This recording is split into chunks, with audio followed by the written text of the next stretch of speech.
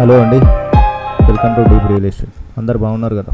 ఈరోజు వీడియోలో important subject ఏంటంటే, ఈ మధ్యలో చాలా వీడియోలు వస్తున్నాయి. హైదరాబాద్లో రియల్ ఎస్టేట్ డమాల్ అయిపోయిందండి. హైడ్రా స్టార్ట్ అయింది. మొత్తం చెరువుల పక్కన బిల్డింగ్లన్నీ కూలగొడుతున్నారు. మొత్తం డుమాల్ అయిపోయింది. ఇక కష్టం, రియల్ ఎస్టేట్ ఇక కోలుకోదు. ఇట్లా చాలా వీడియోలు వస్తున్నాయి. అయితే ఈ వీడియోలో కొన్ని అసలు సిసలైన నిజాలు మాట్లాడుకుందాం. ఈ మధ్యలో కొన్ని న్యూస్లు వచ్చినాయి. కోకాపేటలో 100 కోట్లు ఎకరా పోయిందని, తర్వాత బేగం బజార్లో 10 లక్షలు గజం పోయిందని వేలంపాటలో కొన్ని న్యూస్లు వచ్చినాయి. అంటే రియల్ ఎస్టేట్లో మరి డుమాల్ అయిపోతే మరి ఇంత రేట్లు ఎలా పెరుగుతున్నాయి? 10 లక్షలు గజం ఏంది? కోకాపేటలో 100 కోట్లు ఎకరా అంటేనే అది వండర్ అనుకున్నారు. బేగం బజార్లో 10 లక్షలు 15 లక్షలు గజం ధర. దాన్ని ఏమంటారు మరి? అంటే ల్యాండ్ ఎవర్ గ్రీన్ అండి. ల్యాండ్ అనేది మీకు 1950లో మన భారతదేశం జనాభా 50 కోట్లు సంథింగ్. ఇప్పుడు ఎంత? ఇప్పుడు 140 కోట్లు 2024. అంటే జనాభా పెరుగుతుంది, ల్యాండ్ పెరుగుతుందా? ల్యాండ్ మనకు 1950లో ఎంత ల్యాండ్ ఉందో ఇప్పుడు కూడా అంతే ల్యాండ్ ఉంది. So land ever green. So real estate అనేది ఎవర్ గ్రీన్. మీకు విలేజ్లలో రియల్ ఎస్టేట్ పెరిగితే సిటీలో పెరగకుండా ఉంటుందా అండి? మీరు ఒక క్లిప్ చూడండి. ఇప్పుడు బేగం బజార్ది ఒక క్లిప్ ఇస్తుంది, వీడియో ఇచ్చాను చూడండి. ఇప్పుడు మీరు హైదరాబాద్లో అత్యంత ఖరీదైన భూములంటే బంజారా హిల్స్, జూబ్లీ హిల్స్, కోకాపేట వంటి పేర్లు వినిపిస్తాయి. కానీ అంతకు మించిన ధరలు బేగం బజార్లో పలుకుతున్నాయి. దేశ ఆర్థిక రాజధాని ముంబైలో మాదిరిగా బేగం బజార్లో భూముల ధరలకు రెక్కలొచ్చాయి. గజం స్థలం ధర ₹1,00,000 పలుకుతోంది. తెలుగు రాష్ట్రాలకు ప్రముఖ హోల్సేల్ వ్యాపార హబ్గా హైదరాబాద్లోని బేగం బజార్ మార్కెట్ పేరుగాంచింది. ఇక్కడ స్థలం ధరలు ఆకాశం హద్దుగా దూసుకు వెళుతున్నాయి. తెలంగాణ, ఏపీ రాష్ట్రాల్లో ఎక్కడా కనీ విని ఎరుగని స్థాయిలో బేగం బజార్ భూముల ధరలు అందరినీ అవురా అనిపిస్తున్నాయి. హోల్సేల్ మార్కెట్లకు నిలవుగా ఉన్న బేగం బజార్ మార్కెట్లో ప్రాంతాన్ని బట్టి గజానికి కనీస ధర ₹10,00,000 తక్కువ కాకుండా ప్రైమ్ ఏరియాలో గజానికి 18 లక్షల నుంచి 20 లక్షల రూపాయల వరకు పలుకుతోంది. బేగం బజార్లో భూమి లభ్యత లేకపోవడంతో పాత భవనాలే చేతులు మారుతూ నూతన నిర్మాణాలకు పునాది వేస్తున్నాయి. ఆ పాత భవనాల కోసం రియల్ ఎస్టేట్ వ్యాపారులు నిరంతరం అన్వేషిస్తూనే ఉంటారు. పాత భవనం అమ్మకానికి ఉందన్న విషయం తెలిస్తే చాలు రెక్కలు కట్టుకుని క్షణాల్లో అక్కడ వాలిపోతారు. అందరికంటే ఎక్కువగా ఇస్తామంటూ పోటీ పడుతూ ఉంటారు. ఒకరికి మించి ఇంకొకరు రేటు పెంచుకుంటూ పోతూ ఉంటారు. ఈ క్రమంలో వ్యాపారుల మధ్య పోటీ వేలంపాటును తలపిస్తుందంటే నమ్మశక్యం కాదు. భూమి యజమానికి కాసుల పంట కురిపించేలా పోటీ ఉంటుంది. పలు సందర్భాల్లో కొనుగోలుదారుల ఒత్తిడి వల్ల అమ్మకందారులు టాస్ వేసి మరీ ఆ స్థలాన్ని అమ్ముతుంటారని స్థానికులు చెప్తున్నారు. అయితే రియల్ ఎస్టేట్లో మీకు రేట్లు ఎక్కడన్నా తక్కువైతే కనీసం రిజిస్ట్రేషన్ ఆఫీసులన్నా ఖాళీ ఉండాలి కదా. మీరు హైదరాబాద్లో ఎక్కడన్నా రిజిస్ట్రేషన్ ఆఫీస్ పోయి చూడండి, ఏదన్నా ఖాళీ ఉందో చూడండి. పోనీ అట్లా కాదు, రేట్లు ఏమన్నా తగ్గినాయా? మీరు హైదరాబాద్ చుట్టుపక్కల కానీ ఎక్కడ కానీ, మీరు హైవేల దగ్గర కానీ ఎక్కడన్నా వెళ్ళి చూడండి. మీరు ప్రైసెస్ ఎక్కడన్నా తగ్గినాయా? ప్రైసెస్ ఎక్కడ తగ్గలేదు. రిజిస్ట్రేషన్ ఆఫీసులు ఖాళీగా లేవు. మరి రియల్ ఎస్టేట్ ఎట్లా డమాల్ అయింది? ఇదంతా ఉట్టి పైన అండి. ఇదంతా పైన న్యూస్. మనం రైస్ బౌల్ చేస్తాము, పైన ఏదో పొంగు వస్తుంది, లోపల రైస్ ఉడుకుతుంది, కానీ పైన ఏదో పొంగు వస్తుంది.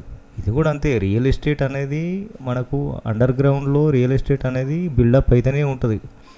అసలు అది దానికి ఎవరికి సంబంధం లేదు. అది ఎవరు వచ్చినా, ఎవరు పోయినా, ఏ లీడర్ వచ్చినా, ఏ గవర్నమెంట్ వచ్చినా, ఏది వచ్చినా ఇన్ఫ్రాస్ట్రక్చర్ అనేది అండర్ గ్రౌండ్లో రియల్ ఎస్టేట్ అనేది బిల్డప్ అయితేనే ఉంటుంది. ఆ ప్రైసెస్ అనేవి ఇంక్రీజ్ అయితేనే ఉంటాయి. మరి ఇవన్నీ ఏంటి అంటే, ఇవన్నీ ఏవో కాకమ్మ కథలు, పైన ఏవో కాకి న్యూస్లు అంటారు కదా, ఆ టైపు న్యూస్లు తప్ప ఇది యాక్చువల్లీ న్యూస్ కాదు. నిజంగా మీరు రియల్ ఎస్టేట్ గురించి మీకు నిజంగా రియాలిటీగా మీరు న్యూస్ తెలుసుకోవాలనుకుంటే మీరు తిరగాలే. మీకు ఆన్లైన్లో ఏదో 4 వీడియోలు చూసి డమాల్ అయిపోయిందట అని కూర్చుంటే కాదు.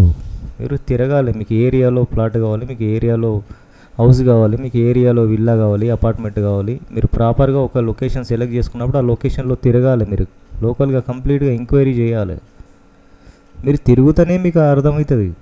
ప్రాపర్టీ వాల్యూస్ ఎట్లున్నాయి, ఎట్లా పోతున్నాయి, అక్కడ మీకు రెంటల్ వాల్యూ ఎట్లుంది, ఓపెన్ ప్లాట్ వాల్యూ ఎట్లుంది, ఆ ఇన్ఫ్రాస్ట్రక్చర్ ఆ లోకల్లో ఎట్లా డెవలప్ అవుతుంది, అదంతా మీరు తిరిగితే అర్థమవుతుంది. మీరు ఏదో ఊరికే మీ ఇంట్లో కూర్చొని ఇక డమాల్ అయిపోయింది అని మీరు అదే మైండ్ సెట్లో ఉంటే మీరు ఈ సంవత్సరం కాదు ఇంకా 10 సంవత్సరాలైనా మీరు ప్రాపర్టీ కొనలేరు. యాక్చువల్ రియల్ ఎస్టేట్ వేరు, మీకు బయట వచ్చే న్యూస్లు వేరు. అందుకే మీరు మిడిల్ క్లాస్ బయర్స్ కానీ లో క్లాస్ బయర్స్ కానీ ఎప్పుడు రియలైజ్ అవ్వాలి, అలర్ట్ ఉండాలి. రియల్ ఎస్టేట్లో చాలా అలర్ట్ ఉండాలి. మీరు ఈ 50 లక్షలు, కోటి రూపాయలు, 2 కోట్లు పెట్టి మీరు ప్రాపర్టీ కొనే దాని గురించి మీరు ఎంత ఎంక్వైరీ చేయాలి, మీరు ఎంత తిరగాలి, ఎంత రీసెర్చ్ చేయాలి.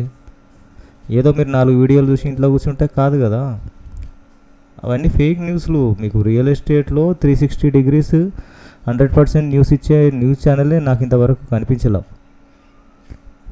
అందరూ ఒక ట్రాక్లో చెప్తారు, ఒక ప్లాట్ఫామ్లో చెప్తారు, అంతే తప్ప మీకు ఆఫ్లైన్ ప్రాపర్టీలు ఎలా ఉంటాయి, ఆన్లైన్లో ఎలా ఉంటాయి, మీకు 100% అప్రూవల్ ఎలా ఉంటాయి, కొంచెం తక్కువ ఉన్నాయి ఎట్లా ఉంటాయి, వీకర్ సెక్షన్లు ఎలా ఉంటాయి, ఇలా నంబర్ ఆఫ్ ప్రాపర్టీస్ ఉంటాయి. నంబర్ ఆఫ్ ప్రాపర్టీస్ వాళ్ళ లెవెల్ను బట్టి చూజ్ చేసుకుంటారు బయ్యర్స్.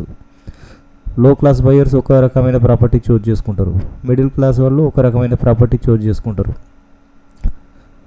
హై ఎండ్ బయ్యర్స్ ఒక రకమైన ప్రాపర్టీ సెలెక్ట్ చేసుకుంటారు. సో రియల్ ఎస్టేట్లో అనేది ఒక సముద్రం, మహాసముద్రం. ఈ మహాసముద్రంలో చిన్నవాళ్ళు ఉంటారు, పెద్దవాళ్ళు ఉంటారు, మధ్య వాళ్ళు ఉంటారు, బిల్డప్ చేసే వాళ్ళు కూడా అలాగే ఉంటారు.